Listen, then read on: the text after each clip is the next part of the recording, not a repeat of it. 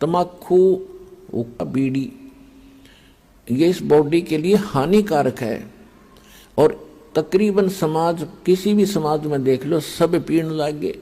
हुक्का, बीड़ी, तम्बाकू, शराब, मांस खाना, भुक्की पीना। ये क्यों पिलाता? ये पिलाता मन रूप में। ये काल सबके अंदर एक एलिमेंट रूप में रहता है, इसने छोड़ रखा एलिमेंट। जैसे परमात्मा का एलिमेंट तो आत्मा है और काल का एलिमेंट ये मन है, तो इसने सारी को बद्ध करवाणी जीवते। किस लिए? कि जितने ये बकवाद खावेगा पीवेगा उतना ही इसकी बॉडी में उसका अंश लिप्त होगा सूक्ष्म शरीर में।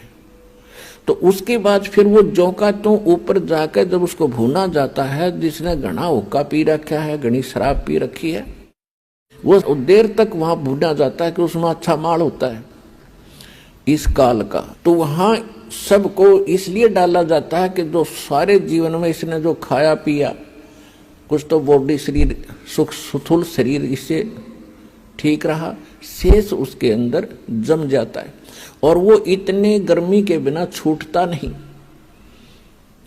वहां इनको तड़फाया जाता है, हाहाकार मच जाती है, अचेत हो जाते हैं कुछ देर के बाद, और फिर उसका समय निर्धारित है, उसके बाद उनको वहां से उठा दिया जाता है और वो जो गंध है उसका सारा नीचे चला जाता है अलग से उसके पात्र में। और ये प्राणी अपने आकर के फिर धर्मराज के दरबार में आते हैं, फिर अपने कर्मानुसार कोई पशु बनो, पक्षी बनो, मनुष्य बनो या राजा बनो, जाओ, उसका काम पूरा हुआ। तो परमात्मा कहते हैं जहां ये तपस्या पर भूनने जा रहे थे प्राणी धर्मदास, में वहां आके खड़ा हो गया। इनका बुरा हाल हो रहा था, रो रहे थे। कहीं पर तो एक परिवार के दो सदस्य वहीं भूनने जा रहे थे, वहां उनके गुरु भी साथ पटक वहीं पर भूनने जा रहे थे, ऋषि महर्षि भी वहां पर भूनने जा रहे थे।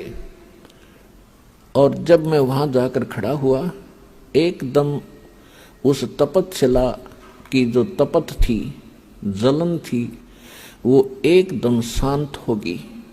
टुकड़ी तो गर्म ज्यों की त्यों है, लपटें निकल रही हैं आग की, लेकिन उन प्राणियों को मेरी शक्ति से उस आग का कोई असर नहीं हो रहा था।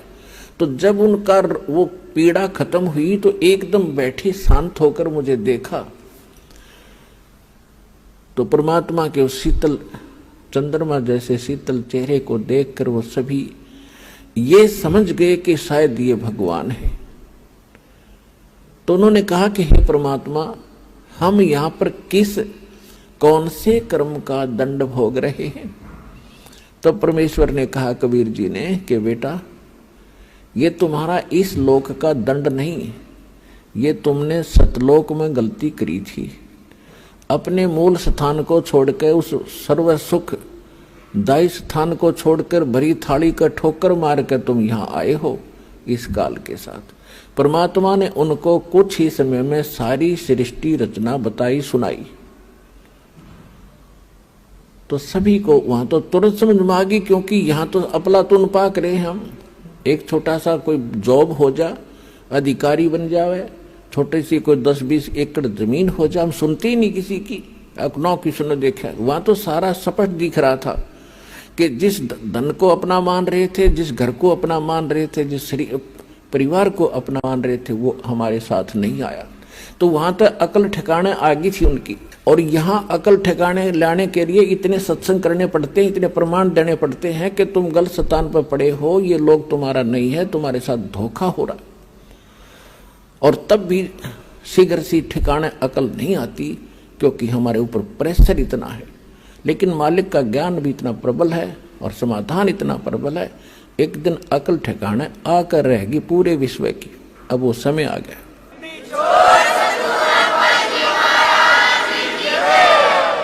तो सभी ने करबद्ध होकर कहा, परमात्मा हमें छुड़वा लो इस गंदे लोक से। तब परमेश्वर ने कहा कि भी ऐसे नहीं होगा। जिस समय आपको पृथ्वी लोक पर मानव शरीर प्राप्त हो, स्त्री या पुरुष का, और वहां मेरा कोई भूला भटका कोई संत तुझे मिल जा, इस मेरे इस ज्ञान को बताने वाला जो मैं तुम्हें बता रहा हूं, ये याद रखना।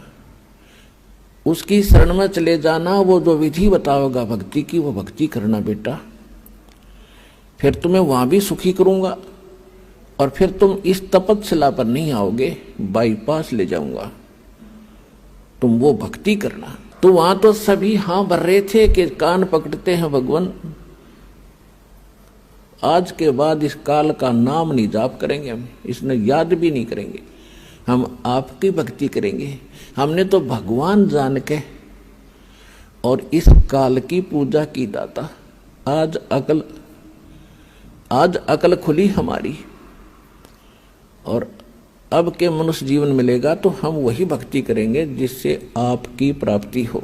तो परमात्मा ने कहा भाई ठीक है, याद रखना इस बात को बच्चों, भूलना नहीं। और तुम वहां ऋषि बैठे थे, जो गुरु बैठे थे, वो निराकार बताया करते थे ब्रह्म को। परमात्मा ने कहा कि ए मुनि जी, तुम कैसा मानते थे परमात्मा को? कि जी हमने तो ऐसा ही ज्ञान हुआ है कि वेदों में निराकार बताया गया है। वेद तो पढ़े लीना, तुम्हें पता वेदों का, सट्टे मारे तुमने।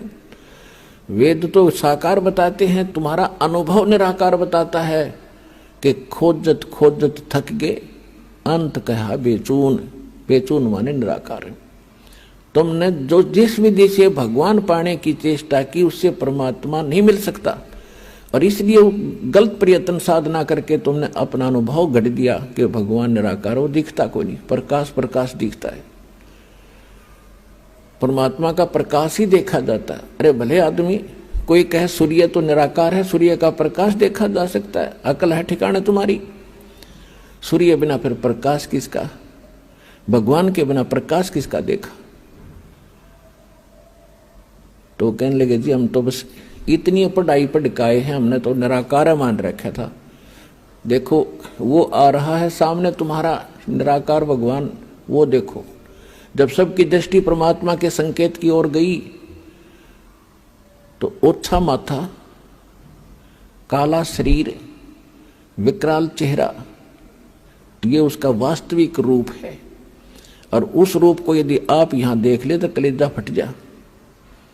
जिसको तुम खोजने के लिए ऋषि महर्षि हजारों वर्ष तक ब्रह्म न पावेंगे, ब्रह्म न पा लो, थारा कालजा फट जा, उसने देख लो। तो सारी उल्टी साधना की तुमने, सब ज्ञान गलत ज्ञान स्वयं ग्रहण किया और सारी जनता को भ्रमित कर दिया। वो आ रहा तुम्हारा भगवान, और तुम्हारे से निकले इस गंध को खाएगा वो। और अब तुम जाओ यहां से। परमात्मा ने अपनी शक्ति से उनको वहां से उड़ा दिया। अब काल का भोजन का समय हो गया था, क्योंकि उसने भी निर्धारित समय फिक्स कर रखा है कि इतने समय में ये भुन बांध कर चले जाएंगे यहाँ से, केवल वो माल शेष रह जाएगा, उनसे निकला हुआ गंध, वो उसका माल है। वो खाने के लिए आया तो देखा सामने एक व्यक्ति खड़ा है। अब उसने निकट आकर देखा, क्या देखा कि तो मेरा बड़ा भाई खड़ा है, जोगजीत खड़ा है। अब काल, जब वहां काल ने गलती की थी सतलोक में, ये सृष्टि रचना में आपको सुनाया हुआ है, यहां केवल एक हिंट देकर आज सत्संग का विषय दूसरा रखना है। तो वहां सतलोक से जब इसको निकाला था 21 ब्रह्मांड समेत, तो परमात्मा इसी रूप में गए थे, जोगजीत रूप में। तो जब जोगजीत रूप में उसने देखा कि ये परमात्मा के निकट मेरा भाई है, उनके साथ रहता है ज्यादा, और उसका संदेश वही लेकर आता है, कोई आज्ञा क्या है ये पूछता हूं पहले इससे। तो उस ज्योत निरंजन काल ने जोगजीत से कहा कि जोगजीत तू यहां क्यों आया? अब कोई पिता का आदेश है तो मुझे बता, और तूने मुझे वहां से मार कर निकाला था, तू मेरे लोक में क्यों आया? तू आ कैसे गया? अब मैं तुझे पहले तो आदेश बता दे क्या है परम पिता का, फिर तुझे मैं मारूंगा, कुटूंगा। तब परमात्मा बता रहे हैं धर्मदास जी को, मैंने इससे बताया कि सुन ले आदेश परम पिता का, ये आत्मा परमात्मा की है और ये तेरे साथ आ भी गई थी तो ऐसा जुल्म नहीं करना था तूने। अन्यायी, कोई गधा बना दिया, कोई गधी बना दी, कोई सूर बना दिया, कोई सूरी बना दी, कोई कुत्ते गधे की योनि भोग रहा है, कोई कष्ट से पीड़ित है, किसी को कैंसर है, किसी को टीबी है, किसी का हाहाकार मच रहा है, किसी की टांग कट गई, किसी का हाथ कट गया। ये जुल्म कर रखा तूने। तेरे रहम नाम की चीज नहीं है। परमात्मा दुखी हुए इस बात से। तो वो कहता है कि मैं तो सत्य का राज करता हूं, जो जैसा कर्म करता है उसका वैसा ही फल देता हूं। भगवान का आदेश है मेरे को कि सत्य का राज करना, किसी अन्याय ना करना।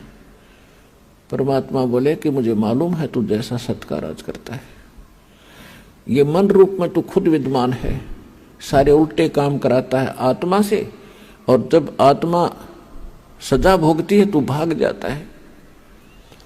कबीर साहब कहते मन के मते ना चालिए, मन है पक्का दूत, ले डूबे दरिया में फिर जावे हाथ से छूट। करवा के कुकर्म आत्मा दंड भोग रही है, कोई गलती करवा देता है, इसकी पिटाई हो रही है, मन एक तरफ बैठ जाता, आत्मा रो रही होती है। गधा बनवा के छोड़ देता है उल्टे काम करवा के।